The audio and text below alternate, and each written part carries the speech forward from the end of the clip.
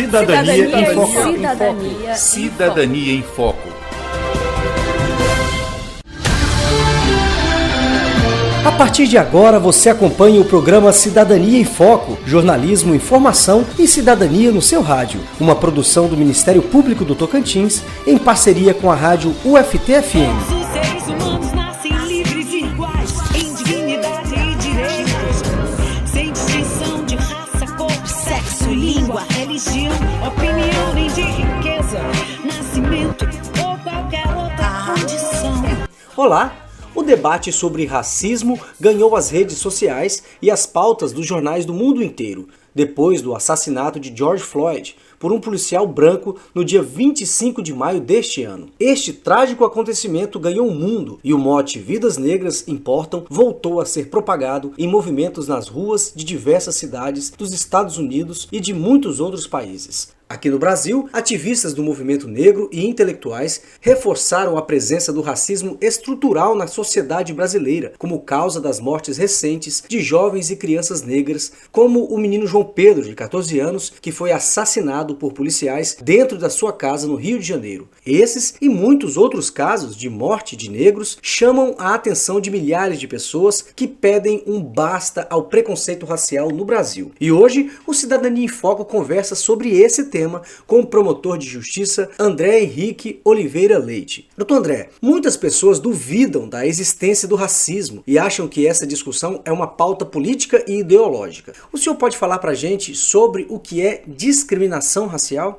Olá, é um prazer estar aqui no programa Cidadania em Foco. Muita gente acredita que a pauta do racismo é uma pauta política e ideológica, mas isso está longe de ser verdade. O racismo ele existe sim, e a discriminação racial que hoje ficou em voga e ficou muito destacada depois dos últimos acontecimentos internacionais, escancararam que efetivamente existe sim uma discriminação racial. No Brasil existe uma ideia equivocada de que nós não somos um país racista, de que por termos uma origem miscigenada, isso não significaria que não tenhamos racismo. Muito pelo contrário, nós temos sim uma cultura ainda muito racista e percebe-se que essa discriminação racial, quando se, por exemplo, age com uma certa violência física, verbal, psicológica contra uma pessoa, contra um grupo de pessoas pedindo acesso a estabelecimentos. Você percebe nas grandes classes sociais, nos grupos econômicos, uma presença muito maior de uma elite, homens brancos de meia idade, enquanto dentro da quantidade de pessoas pobres, de pessoas que passam mais dificuldades, destaca-se a presença muito maior de negros,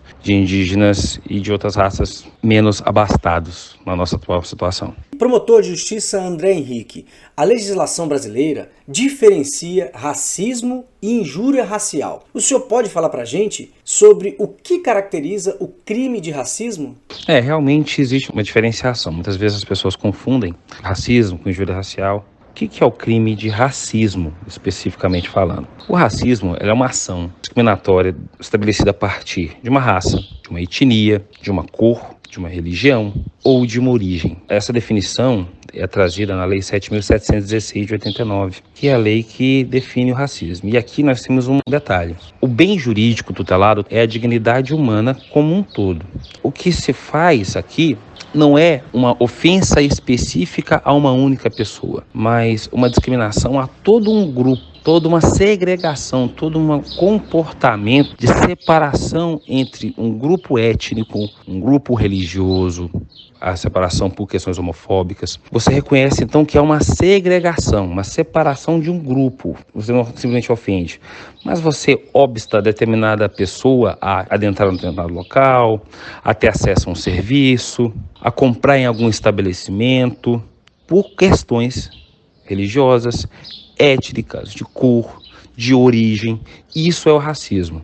Doutor, e a injúria racial? Quando ela ocorre e quais são as consequências? A injúria racial, ela é uma ofensa qualificada, ou seja, é quando eu utilizo elementos referentes à raça, à cor, à etnia, à religião, a origem ou a condição de pessoa idosa ou portador de deficiência. E eu faço isso para ofender aquela pessoa. Quando eu uso essa expressão, esses elementos referentes, por exemplo, à raça, como forma de ofensa. Por exemplo, quando a gente vê em estádios de futebol que alguém de uma torcida começa a xingar alguém de macaco. Chega e fala, macaco, macaco. Uma situação absurda que ainda acontece no Brasil e acontece pelo mundo afora. É incrível se admitir que isso não aconteça, mas infelizmente acontece. Quando eu faço, eu estou procurando ofendê-lo. Isso é injúria. A injúria racial, ela é um crime dentro do Código Penal.